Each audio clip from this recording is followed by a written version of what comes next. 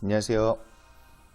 어르신의 건강과 행복을 위한 가장 든든한 장기요양기관을 만들어가는 케어스토리 강성만 국장입니다.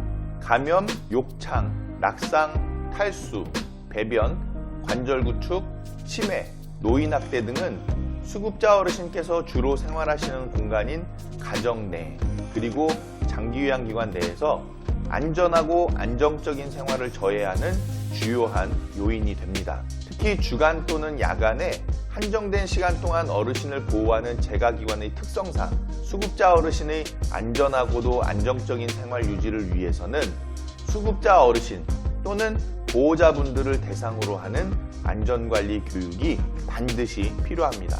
이를 위해서 국민건강보험공단 장기요양기관의 평가에서는 주간보호시설 신규 수급자 어르신께 급여 개시일로부터 토요일, 공휴일을 포함하여 14일 이내에 수급자 안전관리 교육을 제공할 것과 함께 주간보호시설을 이용하시는 모든 수급자 어르신에 대해서 연 1회 이상 정기적으로 수급자 안전관리의 내용을 설명해 드리도록 규정하고 있습니다. 이 영상은 수급자 어르신께서 기관과 가정에서 안전한 생활을 유지할 수 있도록 어르신과 보호자분들을 대상으로 급여 제공과 관련된 안전관리법을 담은 영상입니다.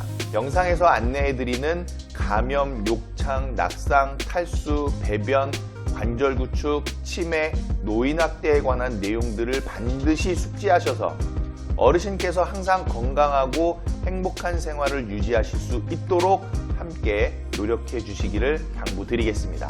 자, 그럼 지금부터 수급자 어르신 안전관리 내용들을 저와 함께 하나씩 살펴보시겠습니다.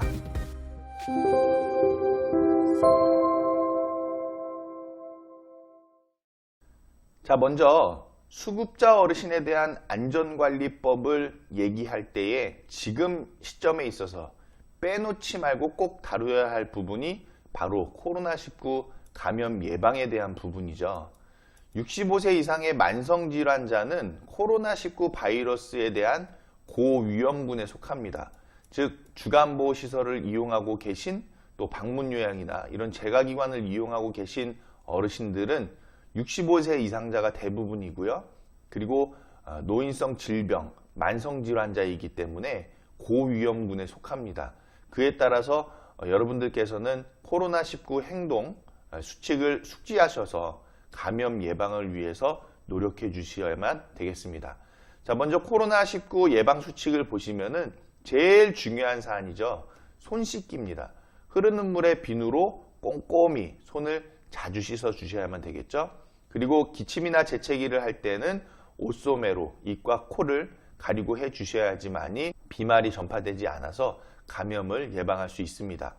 또 씻지 않은 손으로는 눈, 코, 입을 만지지 않아야만 되겠고요. 반드시 마스크를 철저히 착용해 주셔야만 되겠습니다. 많은 사람이 모이는 장소는 어르신께서는 방문하면 안 되겠죠. 그리고 발열, 호흡기 증상, 기침이나 목 아픔 같은 것들이 있으면은 그런 분들과는 접촉을 하면은 안 되겠다. 또한 어르신께서 발열이나 호흡기 증상이 있다라고 하면은 상태를 지켜본 후에 이 상태가 계속 지속이 된다고 하면은 빨리 병원에 가셔서 검사를 받아보실 필요가 있다라는 것입니다. 자, 그리고 코로나19 유행 지역에 있어서의 행동 수칙도 있는데요. 외출이나 타 지역을 방문해서는 안 되겠죠. 일단은 이 코로나19가 지금 발병이 아주 확산이 되고 있는 건데 이 감염 확산 상황에 있어서 외출이나 타 지역을 방문하시게 되면은 감염 우려가 높아진다. 그렇기 때문에 기관과 가정, 이 동선을 이렇게 단순화만 시켜가지고 외출이나 타 지역은 방문하지 않도록 하시는 것이 좋겠다라는 거죠. 그리고 격리되신 분들에 한해서는 의료인이나 방역당국의 지시를 철저하게 따라 주셔야만 되겠습니다. 자, 코로나19로 만약에 유증상자, 그런 비슷한 증상이 있다라고 했을 때에는 아래와 같은 행동 수칙을 따라 주셔야만 되는데요. 여기서 얘기하는 유증상자라는 것은 발열이나 호흡기 증상, 기침이나 목 아픔 같은 거죠. 이런 것들이 나타나는 분들을 말합니다. 자, 유증상자는 반드시 외출하지 말고 집에서 충분히 휴식을 취하고 3에서 4일간 경과를 관찰할 필요가 있다라는 거죠. 만일 38도씨 이상 고열이 지속되거나 증상이 심해지면은 콜센터 1339번이나 지역번호 플러스 120번으로 전화를 하시거나 또는 보건소로 문의하셔야만 되겠습니다. 자, 또는 선별진료소를 우선 방문해서 진료를 받을 수도 있겠죠. 자, 그리고 의료기관 방문 시에는 자가용, 자차를 이용하실 필요가 있겠고요. 마스크를 반드시 착용해 주셔야만 되겠습니다. 자, 진료 의료진에게는 해외 여행력이나 호흡기 증상자와의 접촉 여부를 상세하게 전달해 주셔야만 되겠습니다. 자, 두 번째로는 욕창 예방에 대해서 우리가 같이 보실 텐데요. 욕창이란 거 설명 안 드려도 다 아시잖아요. 조직이 오랜 시간 눌려서 압박을 받을 때 발생하고 방치 시 심한 합병증을 유발하기 때문에 예방 및 조기 발견으로 적절한 치료의 시행이 가장 중요한 것이 바로 욕창이다. 자, 욕창 발생 가능 부위는 그림에서 보는 바와 같은데요. 머리 뒷부분, 등, 엉덩이, 요 발 뒤꿈치 같은 데들. 제일 많이 발생할 수 있는 부분이 바로 여기죠. 오래 누워 계시면은 이런 데 발생할 수 있다. 또 여기도 많이 눌리는 부분이죠. 이 부분. 네, 또 이런 부분도 그렇고 이런 부분, 또 이런 부분까지도 다 발생할 수 있는 부위다. 자, 욕창을 예방하려면은 먼저 누워 지내시는 분은 2시간마다 체위를 변경해 주셔야만 되고 또 하루에 2번 욕창의 징후가 나타나는지 피부를 면밀하게 관찰해 주실 필요가 있겠습니다. 또 침대에 깔아놓은 혼이불이 말려서 주름이 생기지 않도록 항상 평평하게 해드리고요. 피부는 자극이 적은 비누를 사용해서 깨끗이 씻고 건조시킨 후에 로션으로 부드럽고 유연하게 하면서 통풍이 잘 되도록 해주셔야만 되겠습니다. 또 소변이 묻어서 축축하거나 대변이 묻어 있으면 즉시 갈아드리고 항상 건조하게 유지시켜 드릴 필요가 있겠죠. 또한 고단백 음식, 생선, 치즈, 참치, 우유, 버터, 땅콩 등을 섭취하실 수 있게 해드리고 또한 비타민C 등도 제공을 해드려야만 되겠습니다. 또 탈수나 수분 과다를 피하실 수 있게끔 물을 자주 제공해 드려야만 되겠죠. 자, 세 번째로는 낙상 예방에 대해서 우리가 같이 보실 텐데요. 낙상은 자신의 의지와 관계없이 갑자기 넘어져 뼈와 근육에 상처를 입는 사고로 골다공증을 가진 노인에 있어서는 골절을 일으키는 주요한 원인이 된다. 그리고 상태의 악화로 인해서 사망으로 이어질 수 있기 때문에 매우 주의해야 한다는 거죠. 낙상이 사망으로 이어질 수 있다는 것 꼭 기억하시고 주의해 주셔야만 되겠습니다. 특히 어르신들께서는 거동 능력이 떨어져 가기 때문에 낙상의 위험이 매우 높습니다. 그래서 장기유양 기관 내에서는 어르신께서 넘어지시지 않도록 턱을 다 제거하게끔 되어 있죠. 턱을 2cm 미만으로 해야 된다. 그리고 턱이 있다고 하면은 다 제거하는 게 맞겠죠. 자, 먼저 이러한 낙상을 예방을 하려면 가정 환경에 있어서도 낙상의 위험으로부터 좀 정비를 해야 되는데요. 항상 집안을 밝게 하고 특히 화장실 가는 곳은 밤중에도 적절한 조명을 설치해야만 되겠죠. 물론 이거는 가정뿐만이 아니라 시설에서도 마찬가지입니다. 또 방이나 마루에 전선 및 전화선, 기타 물건들을 정리정돈해 두어야만 되겠죠. 요즘에는 이제 스마트폰을 다 쓰니까 전화선 같은 것들은 없는데 또 때로는 어르신들께서 전화선이 있는 전화기를 사용하실 수 있기 때문에 이런 물건들이나 선들은 정리를 해 놓아야지만이 넘어지는 것을 예방할 수 있다는 겁니다. 또 실내 바닥은 미끄럽지 않게 하고 카페트는 귀퉁이를 안전하게 고정시키고요. 변기와 욕조에 손잡이를 설치해서 변기의 높이를 앉기 쉽게 조절해야만 되겠죠. 어르신들께 가장 많이 일어나는 낙상 사고가 바로 이제 주저앉아 가지고 그 고관절이 골절되는 건데 손잡이가 반드시 있어서 어르신께서 갑작스럽게 주저앉지 않도록 지탱하는 것이 필요하다는 거죠. 또 목욕탕에서는 미끄러지지 않도록 미끄럼 방지 매트를 설치해 주셔야만 되겠고요. 목욕탕에서 넘어져서 그 낙상 사고로 인해 가지고 오랜 기간 아주 힘든 생활을 하시는 어르신들을 많이 접해봤거든요.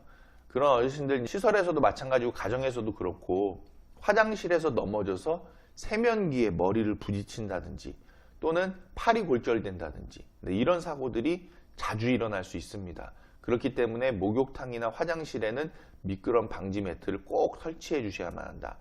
그리고 어르신의 방은 세면대와 목욕탕 가까이에 위치하면 그러면 어르신께서 편하게 이용하실 수가 있겠죠. 자, 그리고 길의 바닥을 평평하게 유지보수하고 계단에는 꼭 손잡이를 설치해 주셔야만 되는데 일단은 말씀드린 것처럼 턱이 없어야 되겠죠. 넘어지지 않게끔 해드려야 되는 거고 시설에서는 이제 계단에 대한 부분은 다 경사로 처리를 하기 때문에 계단이 없지만 가정에서는 계단이 있을 수 있기 때문에 계단에서 어르신들께서 넘어지지 않고 지탱하고 올라가실 수 있게끔 꼭 손잡이를 설치를 해야만 합니다. 그리고 집 입구나 보도 주변 통행이 있는 곳에 야간 조명을 적절히 유지해서 어두워서 넘어지지 않게끔 밝은 조명을 설치해 주셔야만 되겠고요. 일상생활에서 어르신들께서 항상 조심하셔야 되는데요. 앉고 일어설 때 천천히 움직여서 어지러움에 주의해서 갑작스럽게 주저앉는 상황으로 인해서 이 고관절이 골절되는 일이 없어야만 되겠죠. 또 뒷굽이 낮고 폭이 넓으면서 미끄러지지 않는 편안한 신발의 착용, 또 조금이라도 보행이 불편한 어르신은 보행기나 지팡이 등을 사용하셔야만 되겠고 심한 실내외의 온도 차이로 또는 지속되는 과로로 또는 수면 부족 등과 같은 낙상 원인을 제거하셔야만 되겠습니다. 또 날씨가 춥더라도 너무 웅크리지 말고 앞을 보고 천천히 보행하셔야만 되고 눈 온 뒤 길이 미끄러울 때는 외출하면 안 되겠죠. 그리고 거동에 주의해야만 합니다. 규칙적인 운동으로 뼈와 근육을 강화할 필요가 있는데 이런 부분은 체조를 정기적으로 하시는 게 도움이 되죠. 또 정상적인 보행이 어려운 노인의 경우에는 보조기를 사용하고요. 기온이 올라간 낮에 적당히 햇볕을 쬐어서 뼈를 튼튼하게 하여야만 합니다. 그리고 자주 넘어지는 어르신은 적절한 보호 패드를 착용해야만 되겠죠.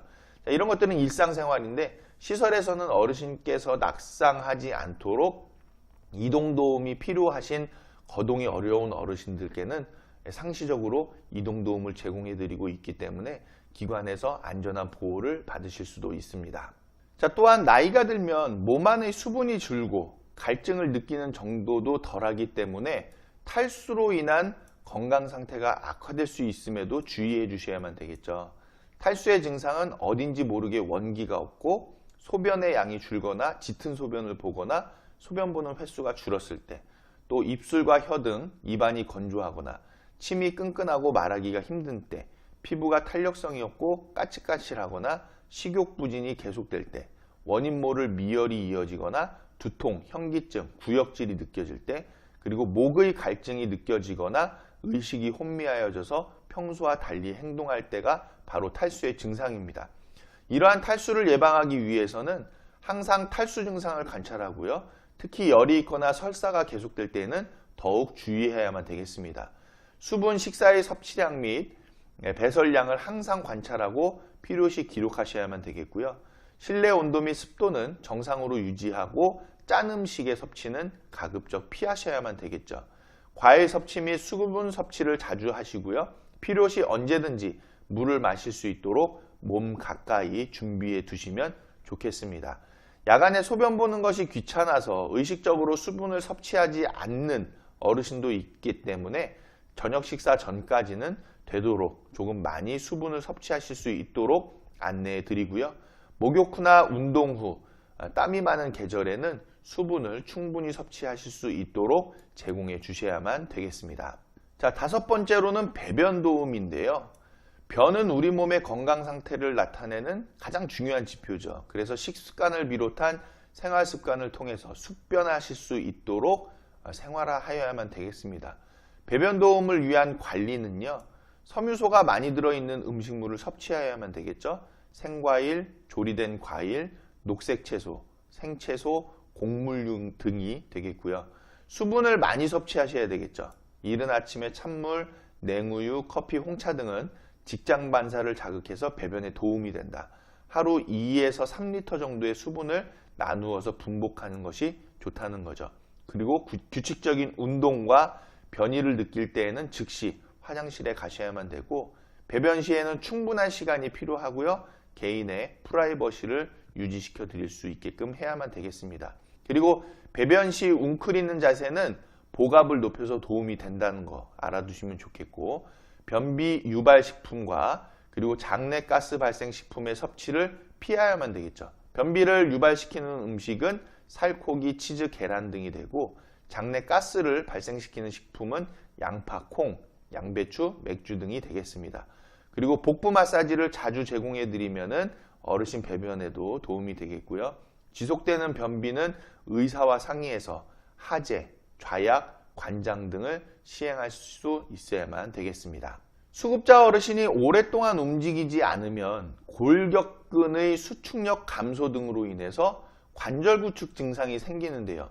이 관절구축이라는 것은 정상적인 관절가동 범위에 제한이 있는 것으로 대부분 오랜 시간 움직이지 않았을 때, 그리고 고정된 자세에서 생기게 되기 때문에 주의가 필요합니다. 어르신들께서는 거동 능력이나 활동 능력이 떨어지기 때문에 오랜 시간 움직이지 않는 경우가 많죠. 자, 이러한 관절 구축을 예방하기 위해서는 관절 운동, 스트레칭을 포함하는 것이죠. 관절의 주변 인대나 근육을 강하게 하는 것이 바로 이 관절 운동이기 때문에 관절 구축 예방에 가장 효과적인 방법입니다. 자, 그래서 손가락을 운동한다든지 손목, 팔 운동, 그리고 어깨 운동, 또 척추 운동, 무릎 운동, 발목 운동도 시행을 해주셔야만 되겠죠. 안마도 관절 구축 예방에 효과적인 방법 중에 하나가 됩니다. 그래서 노인의 손발이나 어깨를 주물러 드리는 안마만으로도 관절 구축 예방에 효과가 있다는 것을 알아두시고, 가정과 시설에서 자주 어르신께 안마를 제공해 드릴 필요가 있겠습니다. 안마 시간은 특정 신체 부위인 경우 5에서 10분 정도, 전신의 경우에는 20에서 25분 정도로 제공을 해드리고요. 항상 몸 가장자리에서 중심으로 몸의 끝쪽에서부터 심장 쪽으로 쓰다듬어 올라가는 것이 안마에 알맞습니다. 손바닥을 피부에 직접 대고 손발의 끝에서 신체 중심을 향해서 한쪽 방향으로 가볍게 10에서 20회 정도 문질러 주시는 것도 좋고요.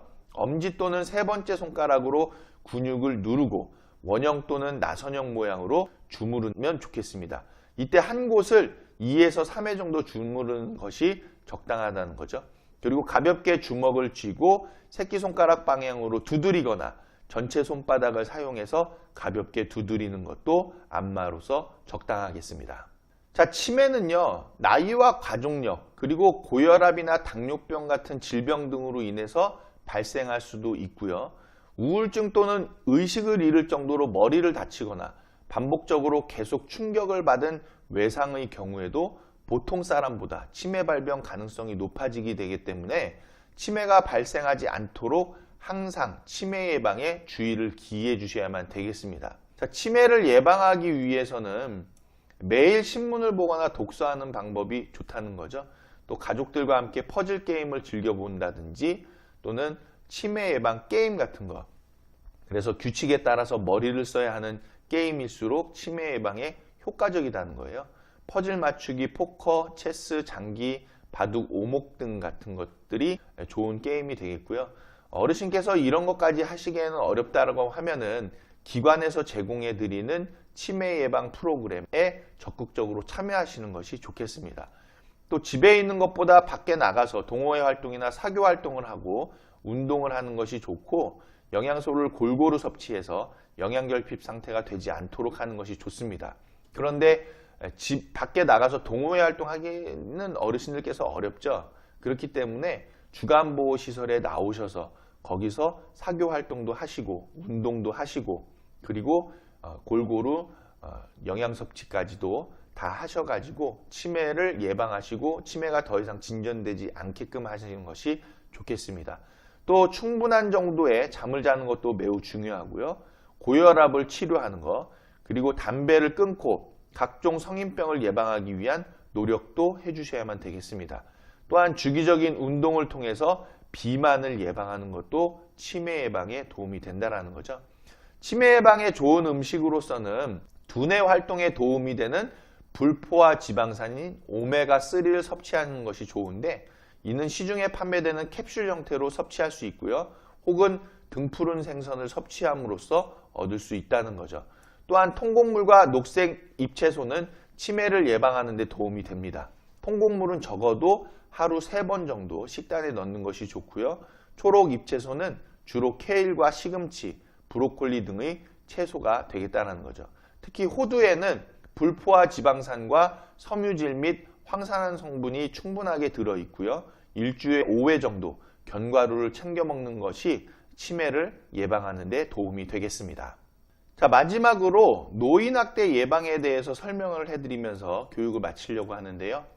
노인에게 신체적, 정신적, 정서적, 성적 폭력 및 경제적 착취 또는 가혹행위를 하거나 유기 또는 방임하는 것을 노인학대라고 하죠.